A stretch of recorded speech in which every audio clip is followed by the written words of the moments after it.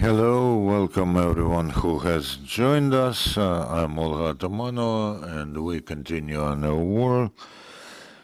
740 days of the full-scale invasion of the Russian aggressor to our land, and we will be talking about blocking our borders.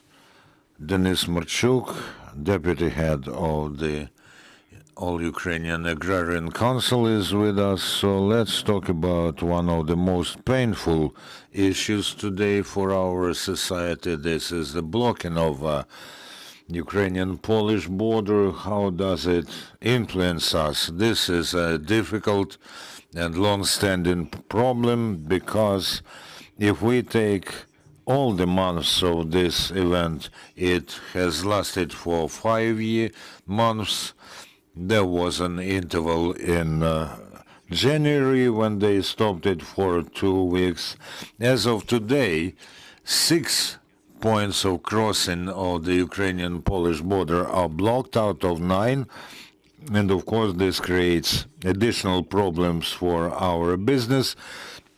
Although we have diversified significantly the limits of exports in the direction of Poland, and of course, when we minimized the export through Poland, we still sustain losses because the agrarians of Western Ukraine, Rivne, Lviv, Ternopil, and other oblasts, although they have their counterparts in Poland and want to say, and Western Europe, they cannot move their grains through Poland, and Ukraine has sustained losses of about 8 billion hryvnia as for non-paid custom duties, and the entire loss is more than 1.5 billion euro, and of course the cost is rising. The cost of staying in one place over 1 day is for any truck is almost 200 euros, and of course there are fines for untimely delivery. This all is being sustained by the Ukrainian shippers, the Ukrainian logistical companies.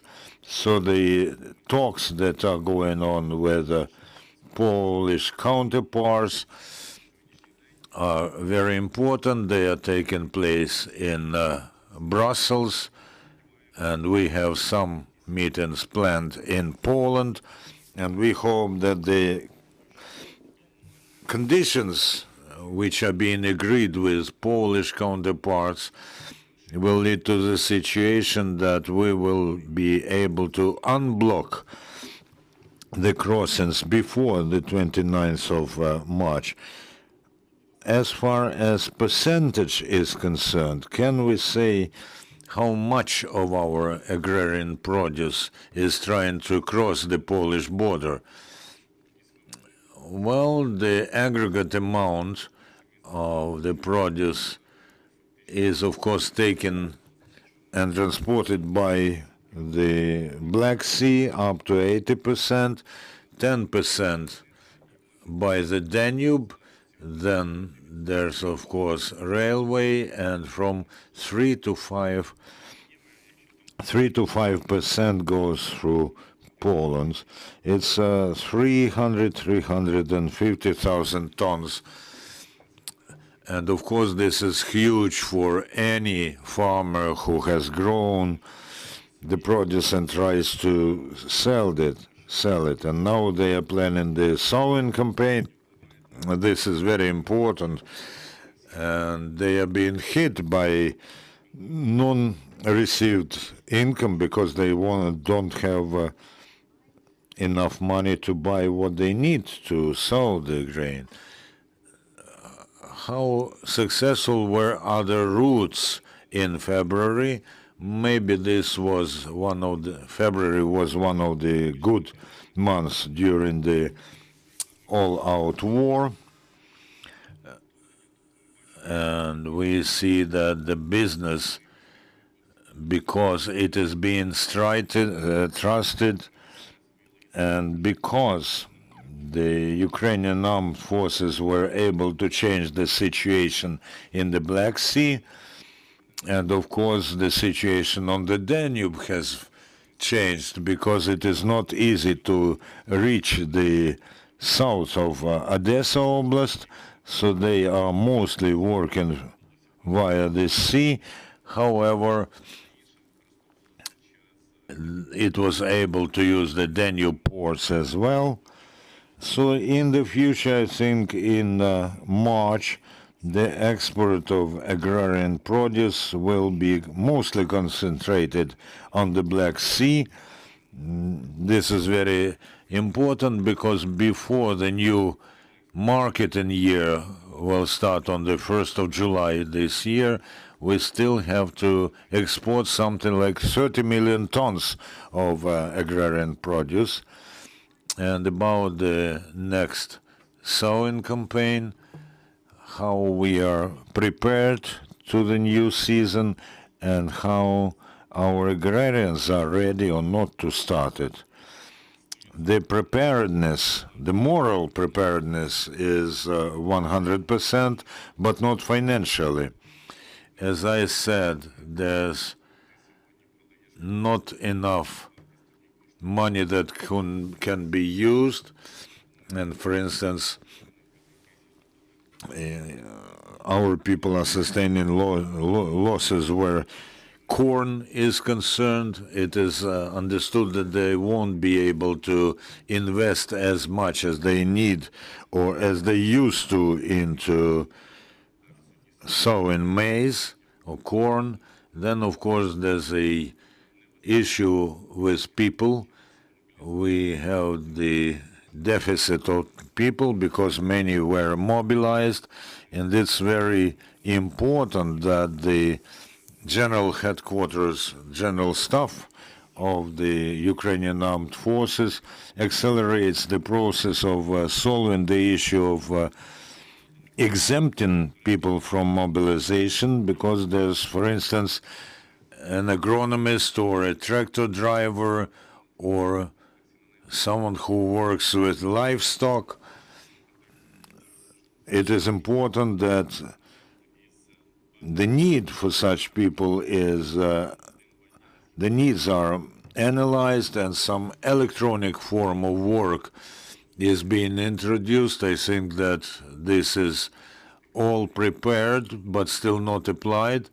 And this also concerns machinery, especially pickups and trucks, because people have to understand what can be taken from them.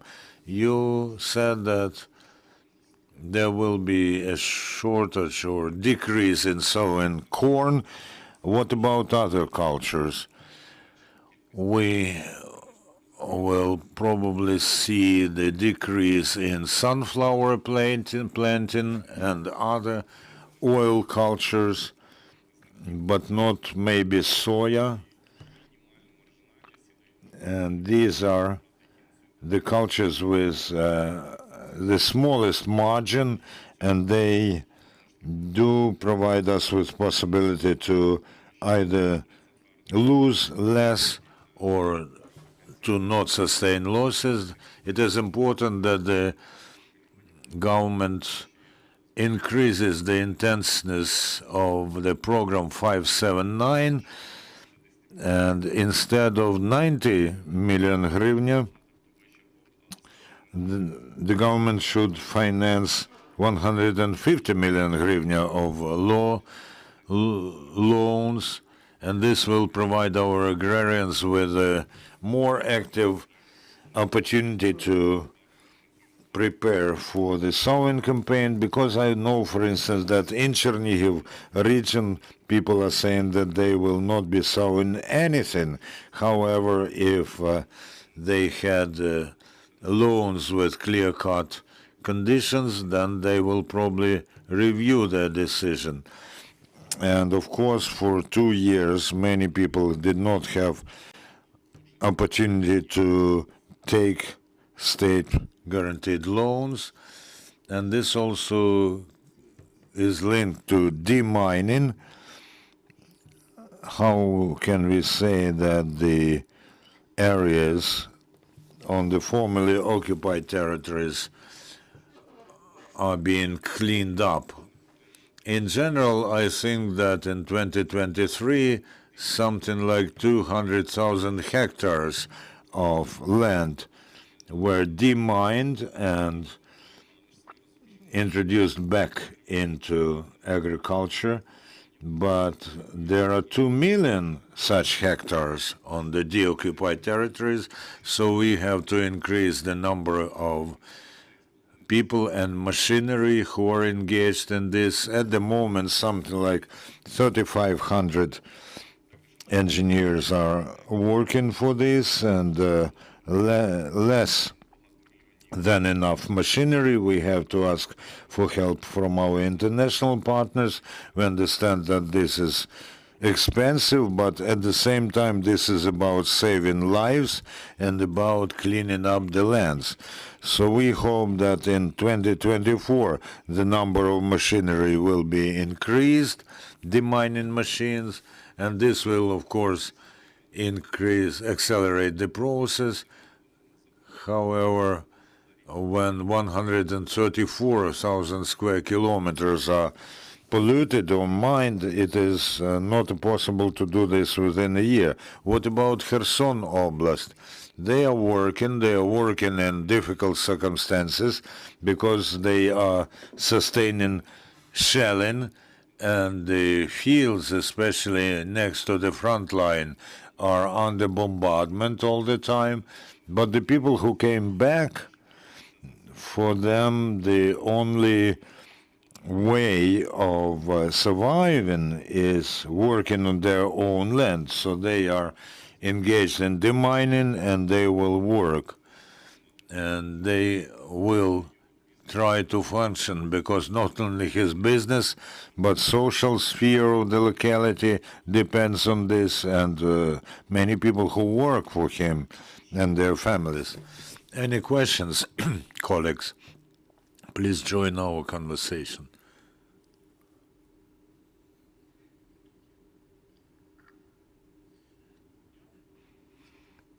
I am Michal Podolsky. I'm from Poland. I wanted to ask, when our Prime Minister Tusk was in Kyiv, we could hear that an example for the future understanding between Ukraine and Poland is the understanding between Ukraine and Romania, because it's been in action for several weeks now. I wanted your opinion on how this works and whether it can be an example.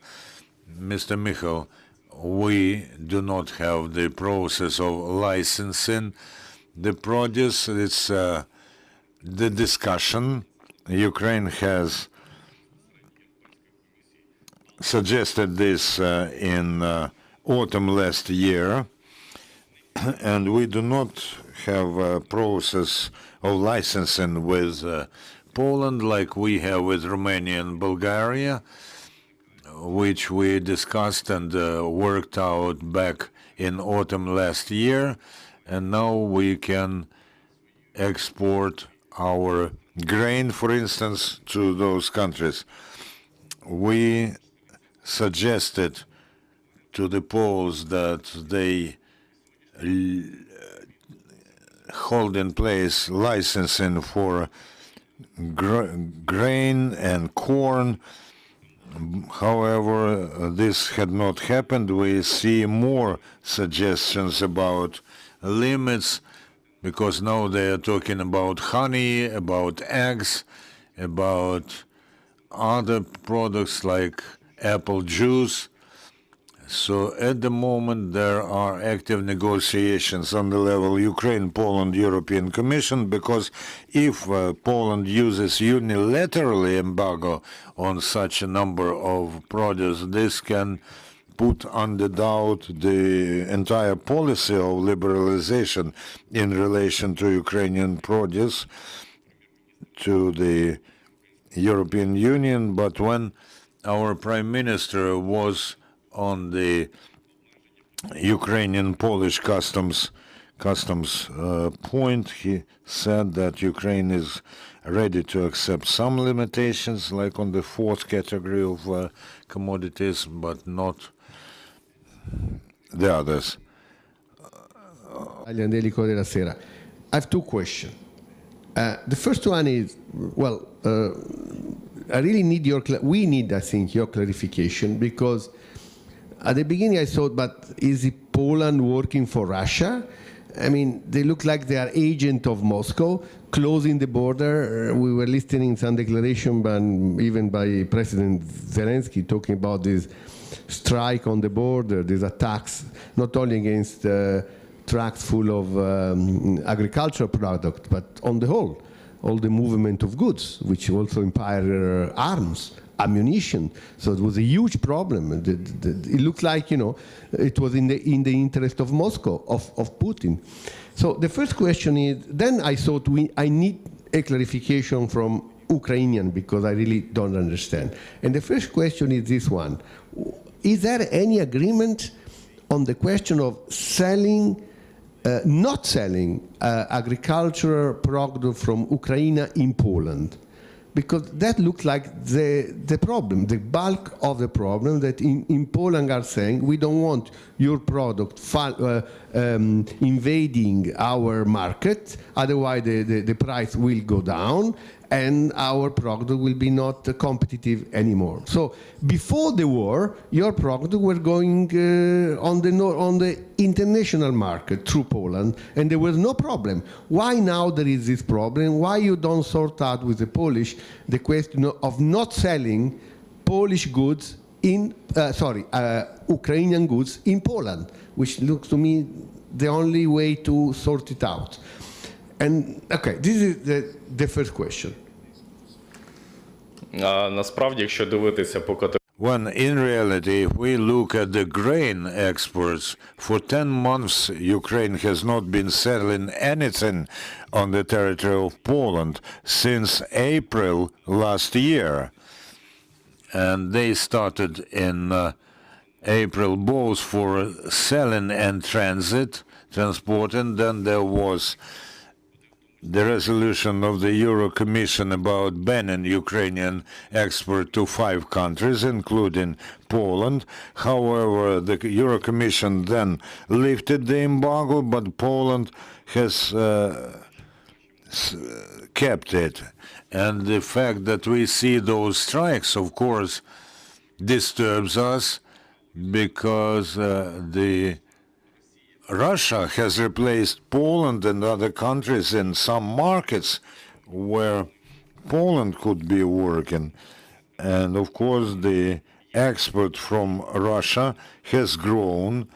And at the moment when Poles are blocking the Ukrainian-Polish customs points, Russia is taking over European markets, where Poland was active before. So the question is whether the certain special services are not flaring up this process, because the fall in prices is not caused by the export from Ukraine. This started in 2023 by the global decrease in the prices.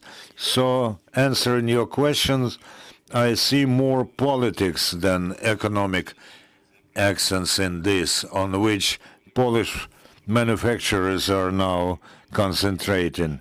And I would say that Poland is maybe losing even more, because if we look at the import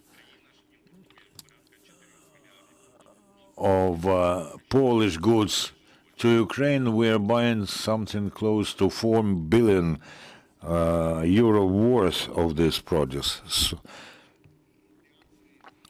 internal Polish politics has little to do with Ukrainian grain. That's the bulk of your answer. 100%.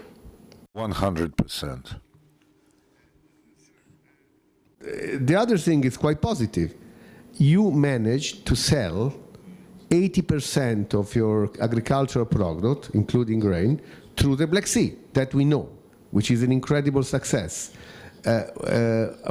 Just confirm me, a few days ago there was a report saying that you exported through the corridor, the sea corridor in the Black Sea, 5.5 million tons of product, which is very good. Before the war you were selling 6 million. Can you confirm it? I mean, in effect, from the agriculture point of view, for you the blocks, the problem on the Polish border is now quite solved. It's a minor problem, isn't it?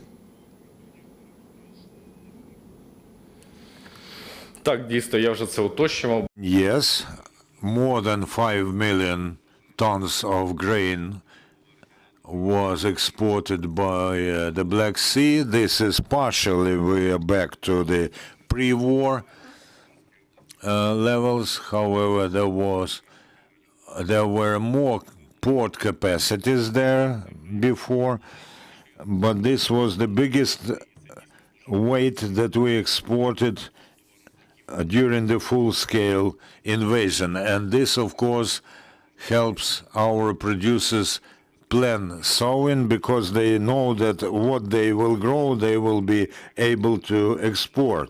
But you have to understand that agrarian sector is not just raw materials, it's also added value on the shelves of the European Union, and that's why the Euro Commission is working on the liberalization in relation to Ukrainian produce, and this concerns honey and dairy products and meat, and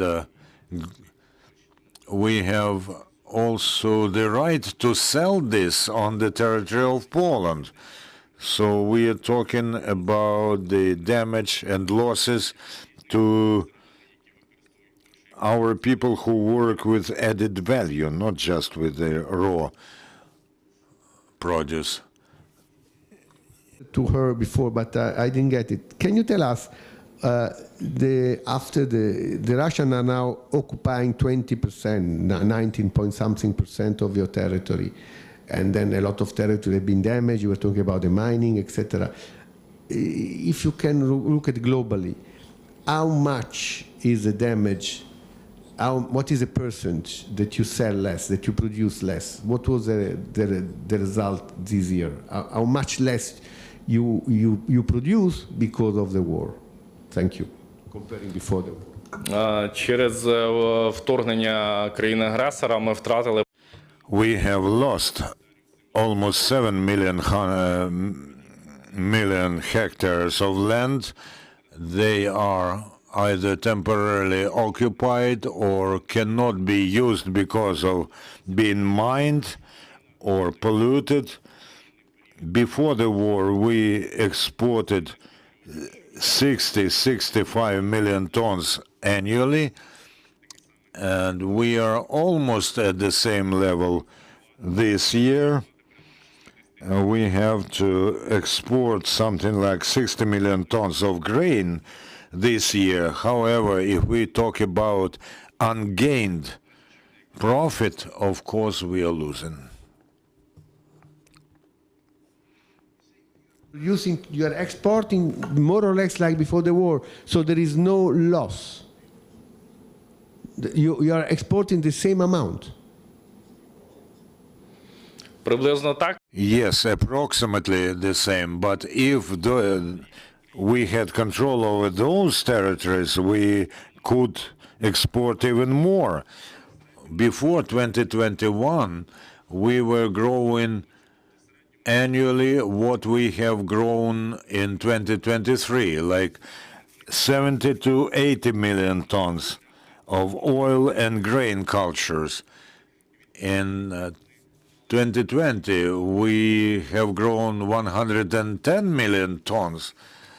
So if we were now controlling those territories, the average export could grow from 60 to 75, 80 million tons a year of grain and oil cultures.